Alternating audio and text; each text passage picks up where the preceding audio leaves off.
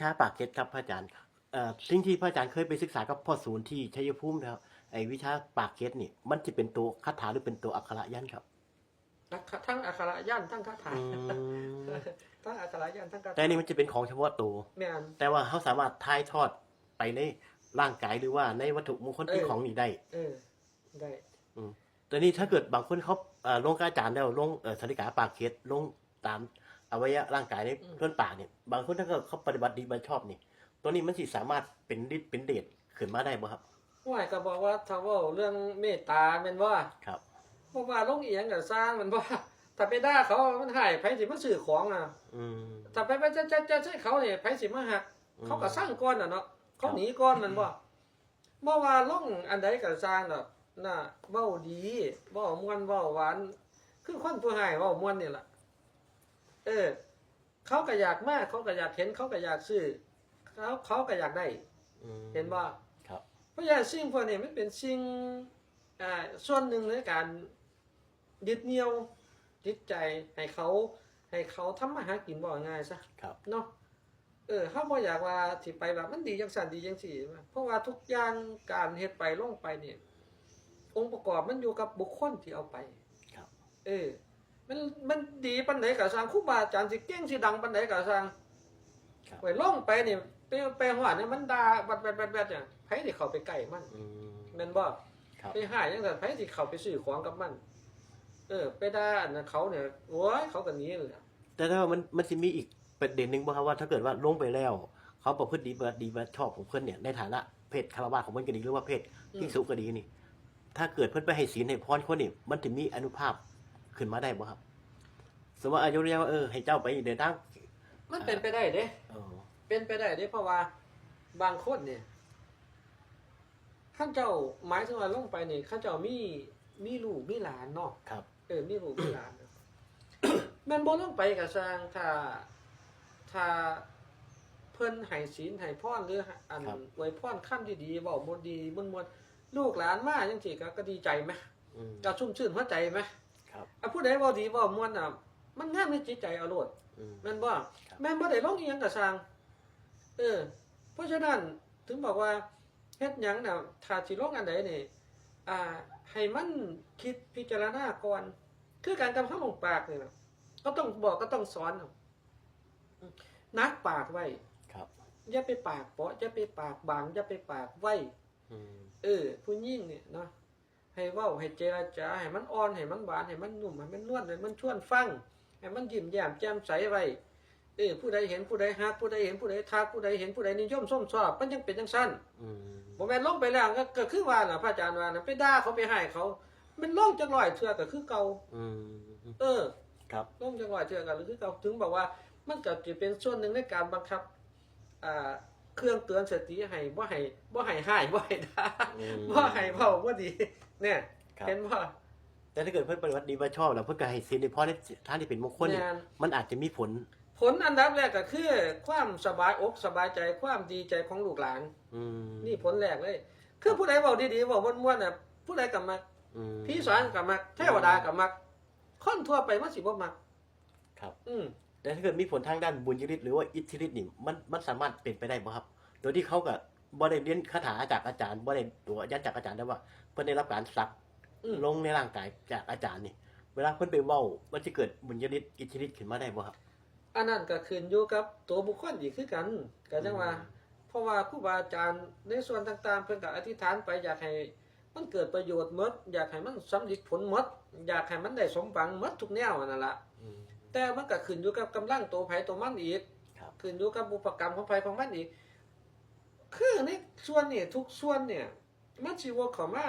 ในหลักของพุทธศาสนาหมดเลยเนี่ยเมื่อเฮาสิคิดพระอาจารย์ก็เคยพิจารณาในเรื่องเนี่ยแต่คือบอกแล้วนะการซักเหงาจังงั้นเพิ่นมีข้อห้ามตรงนี้ข้อห้ามพื้นฐานแรกก็คือศีล5อยู่แล้วนะเนี่ยก็พื้นฐานแรกของอันหลักคำสอนของพุทธศาสนาของคฤหัสถ์เนี่ยศีล5แม่นบ่ครับบาดเฮ็ดจังได๋น่ะมันจะเกิดความดีความชังนั่งสมาธิปฏิบัติเอาแน่เห็นบ่เฮ็ดให้จิตใจมันสงบแม่นบ่ครับก็บอกว่าวิชาต่างๆเหล่านี้มันเป็นของโลกียะมันเป็นของโลกีมันเป็นของไทบ้านไทเมืองซึ่ง ของโลกุตระครูบาอาจารย์นี่เพิ่นไฟที่มุ่งเข้าสู่มรรคผลนี่เพิ่นสิบ่เอาแต่เพิ่นฮู้ว่าฮู้เพิ่นเฮียนบ่เฮียน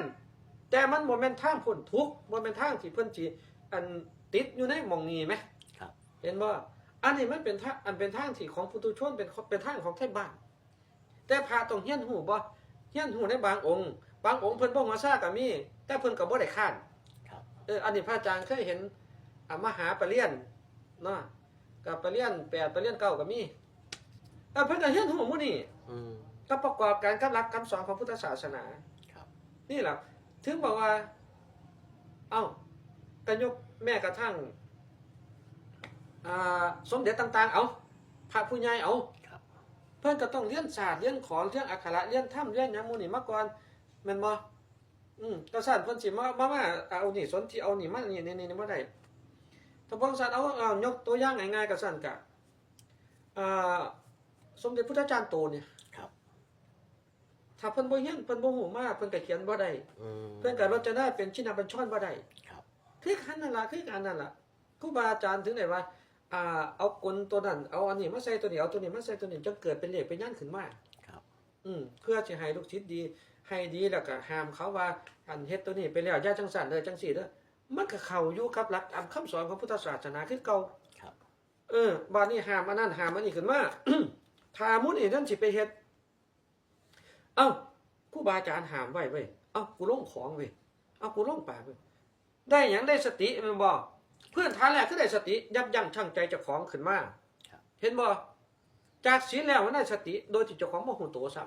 ำมันก็เข้าอยู่ในหลักการของคำสอนของพุทธศาสนาเพียงแต่ว่าไอ้พื้นฐานตัวเนี้ยมันมาจากไอ้ไสยศาสตร์ ครับ แต่หลักคำสอนเข้าไปสู่ อืม ในพุทธศาสนา ครับ แยกกันจังซั่นแต่ว่ากลมกลืนกัน เป็นเนื้อเดียวกันได้คบ เออ คะกันได้ เห็นบ่มันก็ไปนำกันจังซี่กับพิธีของพราหมณ์ต่างๆแม่นบ่ ครับ อันจัดบายสีจัดจังซี่พุทธศาสนาก็บ่ได้สอน พิธีพวกนี้ต่างๆพุทธศาสนาบ่ได้สอน ครับ หลักของพุทธศาสนาเลยเนี่ยการคัดเกลากิเลสการชำระกิเลสการเฮ็ดให้จิตใจเจ้าของผ่องใสเนี่ย ครับ พิจารณากายพิจารณาสังขารคือว่ายังไงฝึกจิตฝึกกายฝึกใจเจ้าของให้เลิกลดละกิเลสต่างๆนี่แหละนี่คือหลักของพุทธศาสนาที่เฮารู้เป็นพื้นฐานเอา ครับ แต่ว่าไสยศาสตร์บัดนี้มันสิมาว่าคนร้อยคนนี่เอามันสิมามักเรื่องบาลี แม่นบ่เรียนบาลีเรียนอันนี้โอ้ย่างหลายนี่ถ้าบ่บุญบารมีหรืออันนั้นเติบอีหลีสิเพิ่นบ่มาซ่าเด้ ครับ เพราะว่ามันมีถึงบอกว่าฐานของมนุษย์เฮาเนี่ยฐานของไทบ้านเนี่ยมันมีหลายระดับหลายส้นชั้นภูมิจิตภูมิธรรมแต่ละคนมันบ่ทอกัน ครับ เพราะฉะนั้นหลักคำสอนของเพิ่นนี่เพิ่นสิเอาอันนี้มาเป็นกุศโลบายเพื่อให้ให้มุ่งเข้ามาหาพุทธศาสนาคือการกับหลายๆสายที่ว่าถ้ำเปิดโลกนั่นแหละเพิ่นก็บ่ได้แยกว่าอันนี้เป็นลัทธินี่อันนี้เป็นลัทธิที่ลัทธินี่สรุปแล้วก็คำสอนต่างๆนี่คือถ้าเฮ็ดอันนี้แล้วเนี่ยข้อห้ามข้อวัดของพวกเราก็เข้ามาในพุทธศาสนาคือเก่าก็เป็นข้อศีลข้อธรรมที่ดีงามคือเก่า อืม เนี่ยทุกสิ่งทุกอย่างรวมมาน่ะแล้วเขาสิไปเกเรกับสร้างเขาสิไปทะเลถลายนองนู่นนอกทางกับสร้างพระคือกัน ครับ กศีลตัวเดียวกันเนี่ยมันเป็นอย่างว่าไปคือกันเนี่ยเห็นว่าเป็นอย่างต้องแตกกกนั่นกกนี่เป็นอย่างต้องปฏิบัติสายนั่นปฏิบัติสายนี่เป็นอย่างต้องทั้งสี่คือกัน ครับ เขาจะไปเอาส่วนใดส่วนหนึ่งมาเป็นสรานะหรือมาตั้งต้นให้เป็นหลักยึดของเจ้าของนะครับ แม่นคำสอนของพระพุทธเจ้ากับสร้างเพิ่นถึงบอกนะเนาะอย่าฝ่าเสื้อในส่วนต่างๆเนี่ยให้ปฏิบัติให้หูให้เห็นก่อนนั่นล่ะมันครูบาอาจารย์สอนกับสร้าง ครับ พระอาจารย์นี่ก็เป็นคนลื่น อืม คนลื่นเพิ่นก็หัวมักร้องเอาว่าง่ายๆเพิ่นก็เฮ็ดให้เห็นเนี่ยจนได้เสื้อเป็นบ่เสื้อแล้วจนได้เอามา ครับ พอเอามาแล้วนี่มันขึ้นอยู่กับว่าละโอกาสเฮาสิใส่เป็นบ่เนี่ยใส่ตามเวลาตามโอกาสตามคนอีกได้บัดนี้ ครับ นั่นล่ะเพราะฉะนั้นในส่วนต่างๆก็ดีวีซ่าต่างๆก็ดีหลักคำสอนต่างๆนี่มันมีในบันทึกในตำราแม่นบ่เอามาสอนก็คือเก่าบ่เอามาเปิดอ่านก็คือเก่า ครับ แม่นบ่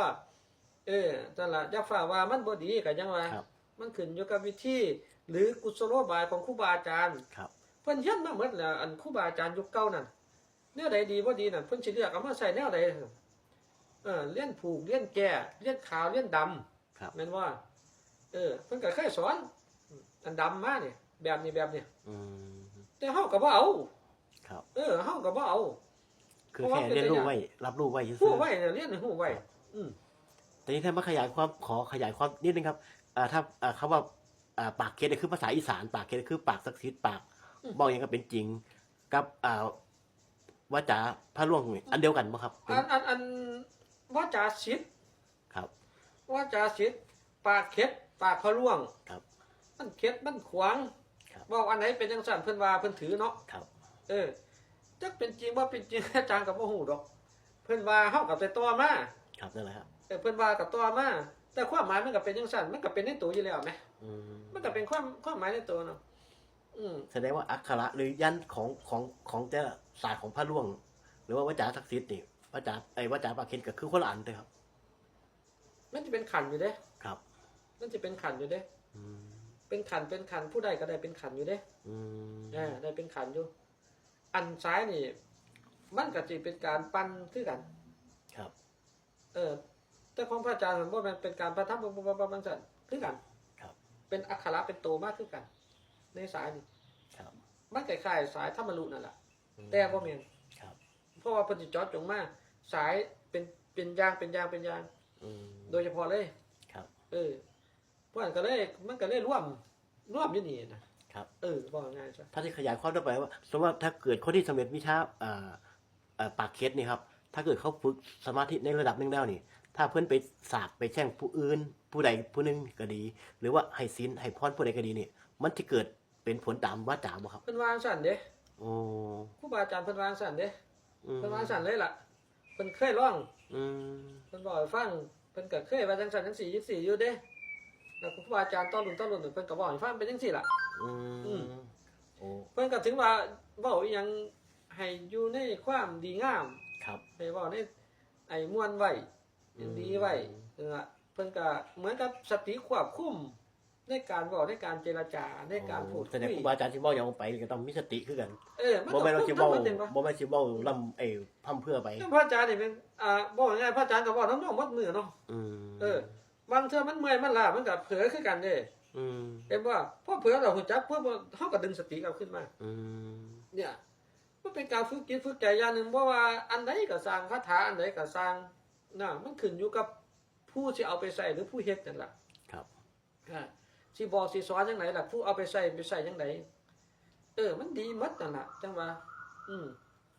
สมมติถ้าเกิดครูบาอาจารย์อาจจะว่าด้านสติ หรือว่าความสมบูรณ์ทางจิตเพื่อนอาจจะบ่สมบูรณ์เพื่ออาจจะไปเผลอว่าไปนี่มึงให้มึงรถชนเด้อสมมุตินะครับตอนนี้มันจะเป็นความจริงได้เพราะถ้าเกิดครูบาอาจารย์คนนั้นที่เรามีวิชาคาถาปักเคสจริงๆครับ อันนี้ยกตัวอย่างเด้อ ครับ อันนี้พ่อเฮาบอกว่าจังซั่นเนาะ ครับ สมมุติเด้ ครับ แม่นบ่ปากเข็ดก็ซ้ำสิเว้าฟัง อืม อันนี้เป็นเรื่องจริงเหรอเอา ครับ ไปหาหมอดูผู้หนึงพระเพิ่นว่าจังซั่นจังซี่นี่บ่มีแต่แนวบ่ดีเด้ อืม ไปทักไปท่วงเขามีแต่แนวบ่ดีมีแต่แนวให้มันเท่าไป ครับ อันนี้พ่อแล้วแต่มหาอาจารย์นี่ล่ะ ครับ เขาก็วิตกจริตเหรอ อืม วิตกจริตเหรอบ้านนี่เวลามันขับรถมาใจมันมาจากคำเว้าอันพระองค์นั้นน่ะล่ะว่าอันเป็นจังซั่นมันสิเป็นจังซี่นะ เมื่อสติบ่อยู่กับตัวเจ้าของล่ะ ครับ ใจร้อยใจมือล่ะรถไปเสยกันแคกกันหนึ่งจิตมันตกล่ะ ครับ เว้ากับสิ่งบ่ดีให้เขาได้ยินมันบ่จิตบ่ตกเขาคิดหลายล่ะ ครับ แห้งเลือดตกยางออกแห้งจังซั่นจังซี่นี่เขาคิดล่ะเด้บาดนี้เวลาเขาเดินทางเนี่ยเขาย่าน ครับ เขาให้ว่าหวาดระแวงซะย่านถ้ามันเกิดที่คือคำเขาเว้าแหม อืมก็เลยเกิดอีนี้ เพราะว่าหยังจิตมันตก มันเขาเอิ้นว่าระแวงแล้วบัดนี้ ครับ เห็นบ่ถ้าว่าเฮาสอนไปอีกแนวหนึงนี่ เขาก็สิบ่เป็นจังซี่ เพราะฉะนั้นเรื่องอันใดบ่ดีหรือบ่เป็นตาเว้าก็อย่าไปเว้า อืม เออ ถ้ากลับกันนะครับถ้าเกิดว่าเพิ่นให้ได้สิ่งที่เป็นมงคลเอ้า อืม เจ้ากลับไปนี่ให้เจ้ามีโชคใหญ่ให้ถูกรางวัลใหญ่สิ อืม มันสิสามารถเป็นจริงได้บ่ครับ สามารถเป็นจริงได้บ่ห้วยถ้าว่าอยู่นี่ครับอวยพรทุกคนนะว่ามันก็รวยถือรางวัลที่1หมดทุกคนแล้วเนาะ อืม ให้ว่าเป็นจริงได้บ่โอกาสเป็นจริงได้มันก็มีแล้วก็เป็นมันก็บ่มีในความเป็นจริงคือกันน่ะเอา ครับ เพราะว่าบุพกรรมแต่ละคนเนาะมันบ่คือกันดอกเขาต้องโยงใส่มาจังซี่ อืม ถ้าว่าอันไหนเป็นจังซั่นหมดทุกแนวเลยนี่ มันก็เป็นอีกเรื่องหนึง ครับ มันก็เป็นอีกเรื่องหนึงเด้โอ้ยเฮาก็อยากให้ได้ดีหมดนั่นแหล้วเนาะแต่ว่าถ้าได้ดีหมดนี่โอ้ยหาเว้าเนาะตายวัดนั่นน่ะ ครับเพราะว่าถ้าสิเอาแบบหลักของ เออ คณิตศาสตร์คือจริงเป็นเท็จเป็นจริงอะ อืม ครับ เฮาต้องคำนึงขึ้นอยู่กับหลักความเป็นจริงนำบ่แม่นสิเว้าอันไหนคืออยากเว้าก็เว้าแหม อืม ขึ้นอยู่กับหลักความเป็นจริงนำ โอ้แสดงว่าครูบาอาจารย์อาจสิเว้าบางท่านพูดไปแล้ว อาจสิเป็นความจริงก็เพราะเพิ่นอาจสิมีญาณรู้เห็นว่าคนนี้ แม่นๆ ออกวัดแล้วอาจสิเป็นแบบนี้ แม่ แบบนี้แบบนี้ แม่น อาจจะมีโชคใหญ่ ทุ ห ก รือ อย่างประกอบกันหมด อืม บ่แม่นว่าเวลาเฮาเว้าเฮาเฮ็ดนี่มันสิเป็นเรื่องมันสิเป็นที่เว้าคือเฮาเฮ็ดทุกอย่างคือใครถามวัตถุมงคลของพระอาจารย์ครูบาอาจารย์อยู่เพิ่นว่าสามารถคาถาอาคมต่างๆนี่ครูบาอาจารย์เอามานี่สามารถสิได้อันเอามาใช้ได้หมดทุกคาถาบ่ว่าซั่นก็ถามเพิ่น ครับ เพิ่นก็ว่าบ่ อืม ใช้ได้เป็นบางคาถา อืม อักขระยันคือกันอักขระยันคือกันก็ใช้ได้เป็นบางตัว ครับ บางตัวเพิ่นก็ส่วนจังได๋เพิ่นก็บ่ขึ้นไป อืม เพิ่นก็บอกจังซี่เด้ ครับ เพิ่นก็บอกจังซี่คือกันเพราะฉะนั้นอันตัวนี้คือกันของไผของมัน งั้นก็คือผมสรุปความเข้าใจคือว่าถ้าเกิดครูบาอาจารย์เพิ่นมีคาถาปากเคล็ดนี่ก็คือ เวลาเพิ่นสิเว้าหยังเพิ่นต้องมีสติ อืม หรือถ้าเกิดอาจจะเกิดเหตุดีหรือบ่ดีที่เพิ่นที่รู้ก็คือต้องรู้มาจากสภาวะจิตเพิ่น อืม แต่ว่าตัว กับ คา ส่ ถา วนหนึ่ง นี่เป็นตัวเสริมของเพิ่น ทุกอย่างคือตัวเสริมเนาะเพราะว่าอักขระ อืม อ่านเลขยันต่างๆคือตัวเสริมหมด ครับ เนาะตัว เพราะว่าที่ผมถามเป็นประเด็นนี้เพราะว่าบางที่ครูบาอาจารย์บางท่านคือบอกยังขึ้นมาก็คือยังเป็นตามคำเว้าเรื่องนั้นนี่ก็ ค คื รู อ บา เป็น อาจารย์ยุคเก่าหรือผู้เฒ่าเพิ่นสิเว้าหน่อยก็ย้อนจังซี่แหละ อืม หนึ่งบ่แม่นเฉพาะปากเขตเด้ ครับ อันบางเทื่อเพิ่นปฏิบัติธรรม โอ้ แห้งค่ำตัวนั้น โอ้ แห้งสิเพิ่นสิเว้าหยังเพิ่นสิพิจารณาเพิ่นสิควบคุมกันเอง อืม ระบบศีลคุณธรรมจังซี่เพิ่นสิควบคุมกันเองเพิ่นสิเว้าหยังออกไปเนี่ยแต่ละคำแต่ละถ้อยคำแต่ละตัวนี่มันสิเป็นผลนั่นนะ อืม บ่แม่นพระอาจารย์เข้าใจว่าบ่แม่นเฉพาะปากเขต โอ้ว่ามันเฉพาะคาถามันอาจจะเป็นคุณศีลคุณธรรมของเพิ่น เฉพาะอันครูบาอาจารย์ที่เพิ่นปฏิบัติธรรม อืม เพิ่นก็เว้าได้ โอ้ ถือสัจจะถือคำเว้าถือวาจา อืม ครับ คือเฮาว่านั่นแหละว่า ครับ บางคนอธิษฐานเอาปิด ปิดวัด ปิด จ่า ท้อง ปิดท้อง ปิด ที่ปาก แต่ เลย ปากพระ หลวงพ่อถาวรโลนี่แหละมันเสียไปกับเราไอ้เดี๋ยวนี้ปิดแต่ท้องอย่างเดียว เออ ซื้อแผ่นท้องยังเป็นร้อยๆแผ่นปิดแต่ ปิด ปาก ปากอย่างเดียว หลวงพ่อองค์ดำนี่เพิ่นปิดแต่ปาก เออ ไปหมดเลยแล้ว ปิ ปิ ด ด แต่ แต่ ปา ปาก ก แม่นว่าจา เกิดมาชาติหน้าหรือชันใดข้าพเจ้าขอให้ข้าพเจ้าเป็นผู้มีวาจาศักดิ์สิทธิ์อย่างเอาข้อเดียวได้ข้ออธิษฐาน ก็ เนาะ นั่นแหละ ข้ออื่นเราบอกได้หลวงพ่อถาวร อันสร้างเขาเรียกว่าพระพุทธศาสนาทางปัญญาก็บ่ ครับ ทางอะไรก็บ่เอาเอาว่าจาอย่างเดียว ผมก็เลยเคยถามเราอยู่ว่าอ้าวหลวงพ่อบ่อธิษฐานอันอื่นดีครับหลวงพ่อทำบุญอันไหนก็ได้นะ อืม เอาคำเดียวเลยขอให้มีเป็นผู้เป็นมีวาจาศักดิ์สิทธิ์เพิ่นบอกว่าเอ้ามันต้องแบบนั้นตัวมันถึงจบเพราะว่าคนมาหาปุ๊บบอกคำเดียวปุ๊บ อืม บ่ต้องไปเสกคาถาเลยให้พรคำเดียว มันสมปรารถนาเลยเพิ่น ก็ ว่าสิ ถึงบอกว่าบางเทื่อครูบาอาจารย์เพิ่นบ่ได้ลงอักขระยันต์ ครับ เพิ่นบ่ได้อันสวดคาถา ครับ แต่สภาวะจิตเพิ่นดีเพิ่นก็แล้ว อืม คือกัน เพิ่นเน้นเอาบุญญาณิตอย่างเดียวเลย แม่น หลวงพ่อถาวร แม่น ครับ อืม โอเค